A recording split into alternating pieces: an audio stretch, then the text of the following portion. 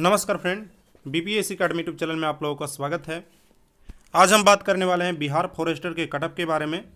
और जैसा कि मैंने आप लोगों के थंबनेल में भी लिखा था कि अब तक का सबसे सटीक कटअप मैं आप लोगों को बताऊंगा।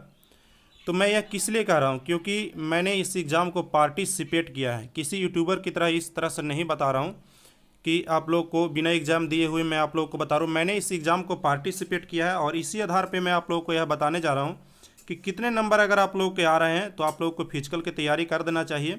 और इसमें अब मैं अगर आप लोगों को बताऊं तो इसमें मैं क्या क्या बात करने वाला हूं, क्वेश्चन का लेवल क्या रहा था, क्या आपके लिए सेफ स्कोर होने वाला है, आप लोग के लिए रेड जोन क्या होने वाला है, और आप लोग के लिए ग्रीन जोन क्या होने वाला है, आप लोग के लिए येलो जोन क्या होने वाला है। तो आप इस वीडियो में बने रहें और शुरू से लास्ट तक आप इस वीडियो को देखें ताकि आप लोगों को यह ओवरव्यू मिल जाए कि अगर मेरा इतना नंबर आ रहा है तो हम फिजिकल के लिए बिल्कुल हमें तैयार रहना चाहिए। और रोज़ हमें मिनिमम 10 किलोमीटर हमें वार्म अप करना चाहिए, 10 किलोमीटर हमें ट्रेवल करना चाहिए। तो चलिए हम वीडियो की शुरुआत करते हैं और देखते हैं क्या आप लोगों का कटअप होने वाला है जनरल कैटेगरी के लिए, ईडब्ल्यूएस कैटेगरी के लिए, एससी एसटी कैटेगरी के लिए और ओबीसी कैटेगरी के लिए एक्सपेक्टेड कटअप आप लोगों को क्या होने वाला है। तो जैसा कि अगर हम पेपर के लेवल की अगर बात करें तो पिछले बार अगर फॉरेस्टर का अगर आप लोग एग्ज़ाम दिए होंगे तो पिछले बार फॉरेस्टर और फॉरेस्ट गार्ड का दोनों का एग्ज़ाम एक साथ हो गया था। तो इसलिए उसमें जो कटअप था फॉरेस्टर का भी ज़्यादा हाई नहीं गया था। पिछले बार का जो कटअप था वह काफ़ी हाई चला गया था, क्योंकि पिछले बार जो एग्ज़ाम लिए गए थे वो बिहार फॉरेस्टर और फॉरेस्ट गार्ड दोनों का एक साथ लिए गए थे। तो उसमें क्या था कि कटअप काफ़ी हाई चला गया था। अराउंड अगर मैं आप लोगों से बात करूं तो 75 प्लस ही कटअप गया था। तो इस बार ऐसा कुछ नहीं होने वाला है, क्योंकि इस बार जो पेपर का लेवल रहा था, जैसा कि मैंने पेपर दिया, क्वेश्चन काफ़ी स्टैंडर्ड पूछे गए थे। अगर आप लोग भी अपने पेपर को देखें तो जो केमिस्ट्री के प्रश्न थे और ख़ास कर अगर मैं बात करूं तो जो साइंस पोर्शन के जो प्रश्न थे वह काफ़ी हाई लेवल के प्रश्न थे, काफ़ी स्टैंडर्ड लेवल के प्रश्न थे। ज़्यादातर प्रश्न अगर हम बात करें तो एल्केन के बारे में पूछा गया था, एल्काइन के बारे में पूछा गया था। इन सारे जो प्रश्न थे वह 11-12 के लेवल के थे, 11-12 के लेवल के सारे प्रश्न थे।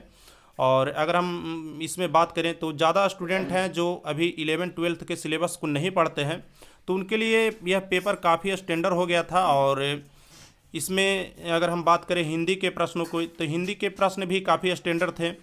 जैसे उसमें कुछ प्रश्न थे, जैसे भाद्र का क्या होगा, ऐसे ऐसे कुछ प्रश्न थे जो कहा जाए तो इजी तो नहीं कहे जा सकते हैं कि आप लोगों का जो प्रश्न था वह इजी था। तो यहाँ पर जो कटअप होने वाला है वह डिक्रीज होने वाला है आप लोगों को पिछले बार से। और कटअप का डिक्रीज करने का एक और मुख्य कारण है कि इसमें जो प्रश्नों का जो 10 नंबर का जो सेक्शन था वह इंग्लिश का भी था। और बिहार के अधिकतर स्टूडेंट या तो उनका मैथ अच्छा रहता है, या तो उनका इंग्लिश अच्छा रहता है, या तो उनका हिंदी अच्छा रहता है, किसी न किसी पोर्शन पे वीक रहते हैं। और इंग्लिश में अधिकतर छात्रों का स्थिति अच्छा नहीं रहता है जो जनरल तैयारी करते हैं। तो इसलिए यहाँ पर कटअप को वह भी डिक्रीज करने वाला एक फैक्टर हो जाता है, क्योंकि आप लोगों का 10 नंबर अगर इंग्लिश पूछा है तो इसमें से जो अच्छे स्टूडेंट थे उनका भी इंग्लिश 3 से 4 नंबर से ज़्यादा सही नहीं हुआ होगा। और इस इंग्लिश में जो पैसेज पूछा गया था, आप देखे होंगे एक पैसेज पूछा गया था, तो वह पैसेज का भी डायरेक्टली अगर कोई चाहेगा कि हम इससे फाइंड करके आंसर कर दें तो वह भी इजी नहीं था। तो पैसेज भी कई लोगों का छूट गया था। तो यहाँ पर अगर हम पेपर का लेवल बोले तो पेपर का लेवल हाई था और यह आपको कटअप को डिक्रीज करेगा। तो चलिए हम अगले फैक्टर पर बात कर लेते हैं। अगला जो फैक्टर है वह ऑप्शनल सब्जेक्ट का है। और आप लोग देख रहे होंगे ऑप्शनल सब्जेक्ट आपको 2 मिले होंगे। एक ऑप्शनल सब्जेक्ट आप लोगों का बायोलॉजी मिला होगा और एक ऑप्शनल सब्जेक्ट आप लोगों का मैथ मिला होगा।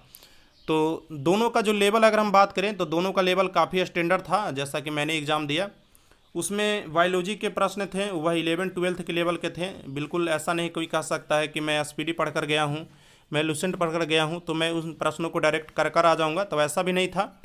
और जो मैथ का सेक्शन थे उसमें 50% जनरल जो हम लोग मैथ बनाते हैं, जो जनरल तैयारी का करते हैं उस टाइप के मैथ था। और 50% जो मैथ थे वह इंटर लेवल के मैथ थे, आईएससी के लेवल के मैथ थे। तो अगर मान लीजिए कोई स्टूडेंट है वह आईएससी के मैथ के लेकर के वह अगर मैथ को अपना ऑप्शनल चुनता है तो पर भी उसका 50% का जो भाग है वह छूट जाता है जनरल वाला। अगर कोई जनरल का स्टूडेंट है वह अगर मान लीजिए जनरल के कारण मैथ को अपना ऑप्शनल लेता है तो उसका आईएससी वाला जो मैथ है वह छूट जाएगा।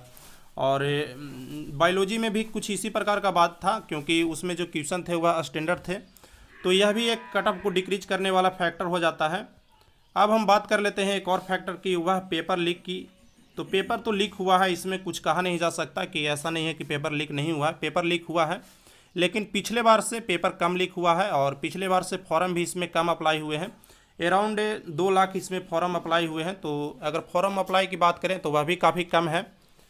तो यह भी कट ऑफ को डिक्रीज करने वाला एक फैक्टर हो जाता है। तो चलिए अब हम कट ऑफ के बारे में बात कर लेते हैं। तो यहाँ पर जो जनरल के लिए रेड जोन का जो कट ऑफ है वह 55 है, यानी कि अगर आपका स्कोर 55 से कम रहता है तो आप बिल्कुल रेड जोन में है, क्योंकि इसमें नंबर ऑफ पोस्ट भी कम है। लेकिन आप लोगों का 55 से अगर कम स्कोर रहता है तो आप लोगों का रिजल्ट होने का संभावना कम है। लेकिन अगर आप लोगों का नंबर है वह 55 से लेकर के 65 के बीच में अगर लाई करता है तो आप येलो जोन में है, यानी कि आपकी रिजल्ट होने की संभावना 50% है, यानी कि आपको रिजल्ट हो भी सकता है या नहीं भी हो सकता है। लेकिन अगर आपका जो नंबर है वह 65 प्लस है, जनरल कैटेगरी की मैं बात कर रहा हूँ, अगर आपका 65 प्लस स्कोर है तो आपका रिजल्ट होने की संभावना बिल्कुल आप लोगों का 90+% है कि आपको रिजल्ट हो जाएगा। और आप लोगों को फिजिकल की तैयारी करना चाहिए।